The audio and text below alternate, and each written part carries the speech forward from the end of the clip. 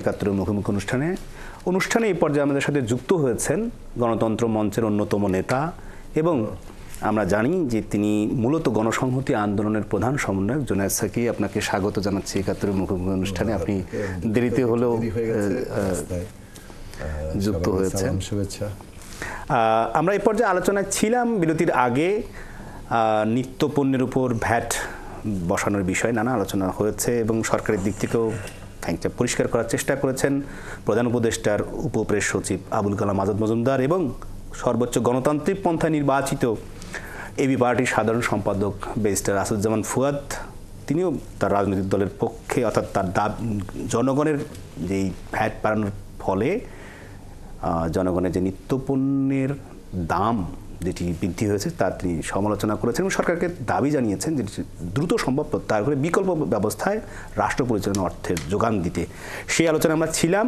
আমরা জানি যে আওয়ামী লীগের সময়, অর্থাৎ বিশেষ করে করোনার সময় আপনি জানেন যে একেবারে সরাসরি প্রধানমন্ত্রীর তত্ত্বাবধানে ইডিএফ লোন যেটি বলে সেটি $7.5 বিলিয়ন ডিসবার্সমেন্ট করা হয়েছে। আমরা জানি যে 4 থেকে 5 জন শিল্পপতির মধ্যে, সেটি বেক্সিমকো গ্রুপ বলেন বা সালমান এফ রহমান বলেন, আরও কয়েকটি গ্রুপ।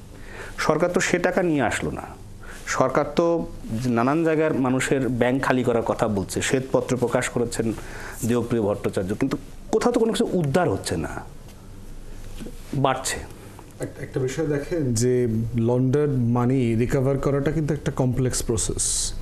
কারণ হচ্ছে যে ওয়েস্টার্ন সোসাইটিগুলো তার ইনকামের সোর্স কি দেখেন, সারা দুনিয়ার গ্লোবালি যদি আপনি মানি লন্ডারিং দেখেন, এর অলমোস্ট 50 থেকে 60% হচ্ছে হোয়াইট হয় হচ্ছে লন্ডনে। লন্ডনের সিটিতে আপনি যদি যান, লক্ষ লক্ষ মানুষ কাজ করে ফাইন্যান্সিয়াল ইন্ডাস্ট্রিতে। কি কাজ? আমার অনেক বন্ধু বান্ধব আছে ওখানে, আপনার যারা ফাইন্যান্সিয়াল ইন্ডাস্ট্রিতে কাজ করে, তো বোঝার চেষ্টা করেছি তোমার আসলে কাজ কি, তুমি অফিসে গিয়ে আসলে কি করো সারাদিন। তো এদের মোদ্দা কথা হচ্ছে, এদের কাজটা হচ্ছে গরিব দুনিয়া থেকে যে টাকা পয়সাগুলো লুট হয়ে আসে, এই টাকাটাকে খতনা করে ব্রিটিশ ইকোনমিতে মুসলমান আকারে প্রেজেন্ট করার যে রাজনীতি, এইটার নাম হচ্ছে দ্য ফাইন্যান্সিয়াল ইন্ডাস্ট্রি। এই যে লুটেরা মডেলের একটা অর্থনীতি তারা ডেভেলপ করেছে, নিউ ইয়র্কে বলেন, প্যারিসে বলেন, একটা হিউজ ফাইন্যান্সিয়াল ইন্ডাস্ট্রি ডেভেলপ করেছে।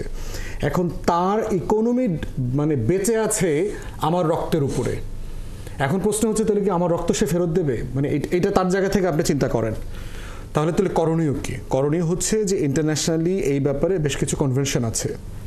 আওয়ামী লীগ সরকারকে দেখবেন সুইস ব্যাংকে টাকা জমা নেওয়া নিয়ে যে বেশ কিছু অভিযোগ এসেছিল, তখন সুইজারল্যান্ডের যে অ্যাম্বাসেডর ছিলেন, আগের অ্যাম্বাসেডর, ওই মহিলা কি তখন বলেছেন যে আমাদের এই হিসাবগুলো দেয়া অথবা ইনভেস্টিগেশন করা অথবা মানির সোর্সের ব্যাপারে কথা বলতে হলে যে কনভেনশনে বাংলাদেশকে রাষ্ট্র আকারে স্বাক্ষর করবার কথা ছিল, সরকার কোনো কনভেনশনে স্বাক্ষর করে নাই। তো না করলে আমি মেম্বার স্টেট হিসাবে সে তথ্যটা কিভাবে দেব?